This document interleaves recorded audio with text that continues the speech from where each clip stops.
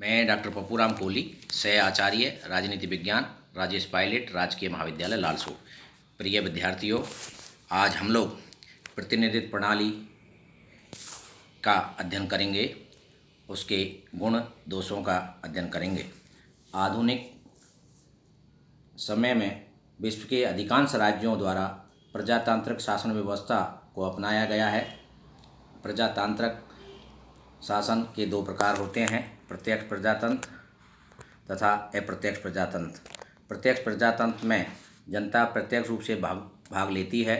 शासन के इस रूप को सबसे अधिक श्रेष्ठ कहा जा सकता है, लेकिन वर्तमान समय के क्षेत्र और जनसंख्या की दृष्टि से विशाल राज्यों में शासन का यह रूप व्यवहारिक नहीं रहा है।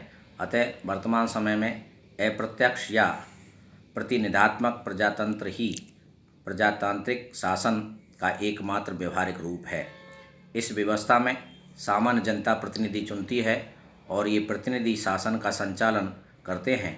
प्रतिनिधियों को चुनने के इस अधिकार को ही सामान्यतः निर्वाचन का अधिकार कहते हैं।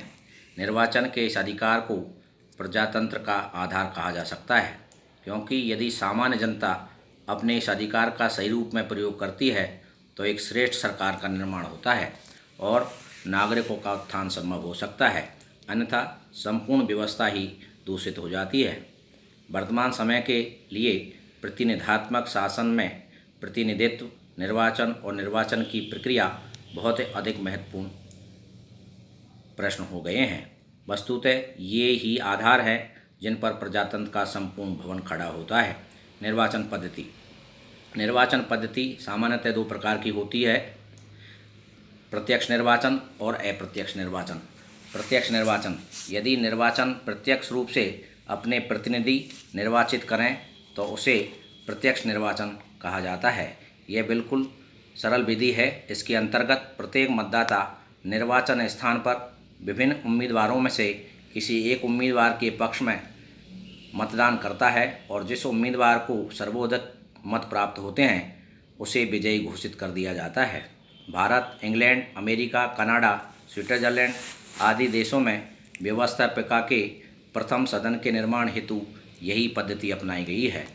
अप्रत्यक्ष निर्वाचन, जब सामान्य मतदाता एक ऐसे निर्वाचक मंडल का चुनाव करते हैं जो प्रतिनिधियों को चुनाव करता है तो ऐसी पद्धति को अप्रत्यक्ष पद्धति कहा जाता है। संयुक्त राज्य अमेरिका के राष्ट्रपति तथा भारत के राष्ट्रपति दोनों का निर्वाचन अप्रत्यक्ष रूप से होता है, क्योंकि सामान्य मतदाता निर्वाचक मंडल का निर्वाचन करते हैं और यह निर्वाचन मंडल राष्ट्रपति का चुनाव करता है। भारत, सोवियत संघ तथा फ्रांस के द्वितीय सदनों के सदस्यों का निर्वाचन भी अप्रत्यक्ष रूप से होता है। प्रत्यक्ष निर्वाचन के गुण। नंबर 1, प्रजातांत्रिक धारणा के अनुकूल।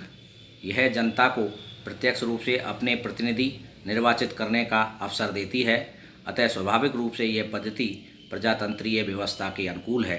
नंबर 2, मतदाता और प्रतिनिधियों के मध्य संपर्क।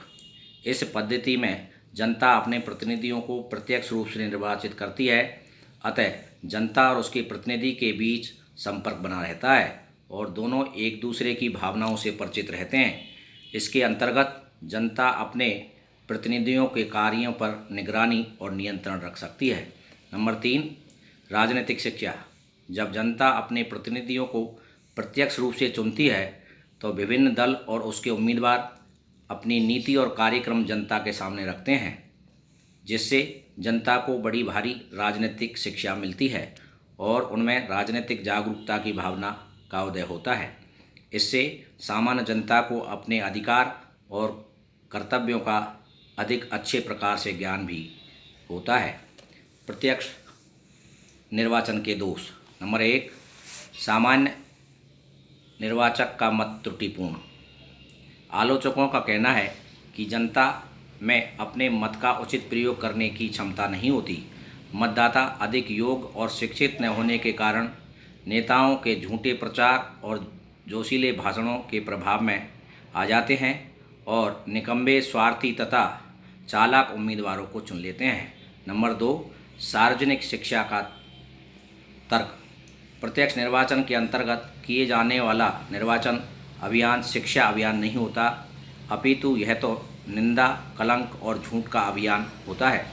चुनाव में उम्मीदवारों और उनकी नीतियों को ठीक प्रकार से समझने के बजाय उनके सामने व्यक्तियों और समस्याओं का विकृत चित्र प्रस्तुत किया जाता है, जिसके परिणाम स्वरूप मतदाता गुमराह हो जाते हैं। नंबर 3, बुद्धिमान व्यक्ति निर्वाचनों से दूर। प्रत्यक्ष निर्वाचन में चुनाव अभियान नैतिकता के निम्नतम स्तर पर गिर जाने के कारण बुद्धिमान एवं निष्कपट व्यक्ति निर्वाचन से दूर भागते हैं। जब ऐसे व्यक्ति उम्मीदवार के रूप में आगे नहीं आते तो देश को स्वभावतः हानि पहुंचती है।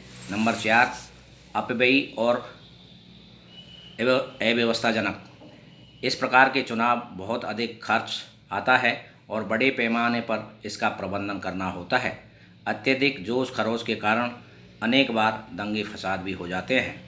अप्रत्यक्ष निर्वाचन के गुण। नंबर 1, योग्य व्यक्तियों का निर्वाचन संभव। सामान्य जनता की अपेक्षा जनता द्वारा जब प्रतिनिधियों के निर्वाचन का कार्य एक छोटे से जनसमूह पर छोड़ दिया जाता है तो अधिक योग्य व्यक्तियों के निर्वाचन की आशा की जा सकती है। इसके अतिरिक्त बुद्धिमान व्यक्ति प्रत्यक्ष निर्वाचन से दूर रहते हैं, लेकिन अप्रत्यक्ष निर्वाचन लड़ना पसंद कर सकते हैं, क्योंकि उन्हें निर्वाचक मंडल के थोड़े से बुद्धिमान सदस्यों से ही संपर्क स्थापित करना पड़ता है। नंबर 2, निर्वाचन पद्धति के दोष कम हो जाना। प्रत्यक्ष निर्वाचन में निर्वाचन व्यवस्था के जो आधारभूत दोष हैं वे कम हो जाते हैं। इससे भीड़ तंत्र की बुराई कम हो जाती है और चुनाव में बहुत अधिक झूठा प्रचार नहीं फैलता। इसमें दलबंदी की भावना भी कुछ कम हो जाती है। इसमें निर्वाचक मंडल के सदस्यों की संख्या कम होने के कारण प्रचार कार्य में अधिक खर्च नहीं करना पड़ता। इन सब के अतिरिक्त ऐसे चुनावों में हुल्लड़बाजी और दंगे फसाद का भी डर कम हो जाता है। नंबर 3, नव स्थापित प्रजातंत्रों के लिए श्रेष्ठ। नव स्थापित प्रजातंत्रों में इस बात का बहुत अधिक डर रहता है कि राजनीतिक जागरूकता का अभाव होने के कारण जनता अयोग्य व्यक्तियों को प्रतिनिधियों के रूप में निर्वाचित कर देगी। सामान्य जनता की अपेक्षा निर्वाचक मंडल के सदस्य अधिक बुद्धिमान होने के कारण अप्रत्यक्ष निर्वाचन को अपनाकर इस प्रकार के भय को दूर किया जा सकता है और जनता का प्रजातंत्रवाद में विश्वास बनाए रखा जा सकता है। नंबर 4, बड़े चुनाव क्षेत्रों में लाभप्रद। बड़े चुनाव क्षेत्रों में विशेषतः अप्रत्यक्ष निर्वाचन ही श्रेष्ठ है। इस संबंध में भारत और संयुक्त राज्य अमेरिका के राष्ट्रपति के निर्वाचन का उदाहरण लिया जा सकता है। अप्रत्यक्ष निर्वाचन के दोष। इस पद्धति की पर्याप्त आलोचना हुई और इसके निम्नलिखित दोष बताए गए हैं। नंबर 1, अप्रजातांत्रतात्मक। यह पद्धति पूर्णतः लोकतंत्रीय नहीं है, क्योंकि इसमें मतदाताओं के अपने प्रतिनिधि प्रत्यक्ष रूप से निर्वाचित करने का अधिकार नहीं होता है।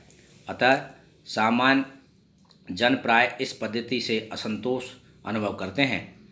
लीवर के शब्दों में, मेरा विश्वास है कि यदि दोहरी निर्वाचन पद्धति अपना ली जाए तो अमेरिका व अंग्रेज दोनों मताधिकार को निरर्थक समझने लगेंगे। नंबर 2, सार्वजनिक कार्यों में उदासीनता। यदि जनता को प्रत्यक्ष रूप से अपने प्रतिनिधि निर्वाचित करने का अधिकार न हो तो संभव है कि साधारण जनता सार्वजनिक कार्यों में उदासीन हो जाए और राजनीति में केवल नाममात्र की रुचि ले। इस प्रकार की पद्धति को अपनाने पर जनता की राजनीतिक शिक्षा के अवसर भी कम हो जाएंगे। नंबर 3, रिश्वत की आशंका। अप्रत्यक्ष निर्वाचन में निर्वाचक मंडल के सदस्यों की संख्या कम होने के कारण उम्मीदवार का उन तक पहुंचना और धन के प्रलोभन के आधार पर उन्हें अपनी ओर खींच लेना सरल हो जाता है। नंबर 4, जनता का प्रतिनिधि से संपर्क नहीं। अप्रत्यक्ष निर्वाचन में जनता और प्रतिनिधियों के बीच निर्वाचक मंडल की दीवार खड़ी हो जाने के कारण जनता का अपने प्रतिनिधियों से कोई संपर्क नहीं रहता और निर्वाचन की धारणा आधारभूत रूप से गलत हो जाती है। नंबर 5, दल पद्धति के कुप्रभाव न्यून नहीं। आलोचकों के विचार में अनुभव ये बताता है कि ये पद्धति दल पद्धति के कुप्रभावों को कम करने के बजाय उन्हें बढ़ाने का कार्य करती है। अमेरिका के राष्ट्रपति का निर्वाचन इस बात का उदाहरण है। लास्की इस बात का वर्णन करते हुए कहते हैं कि यह 4 माह का राजनीतिक व्यभिचार है।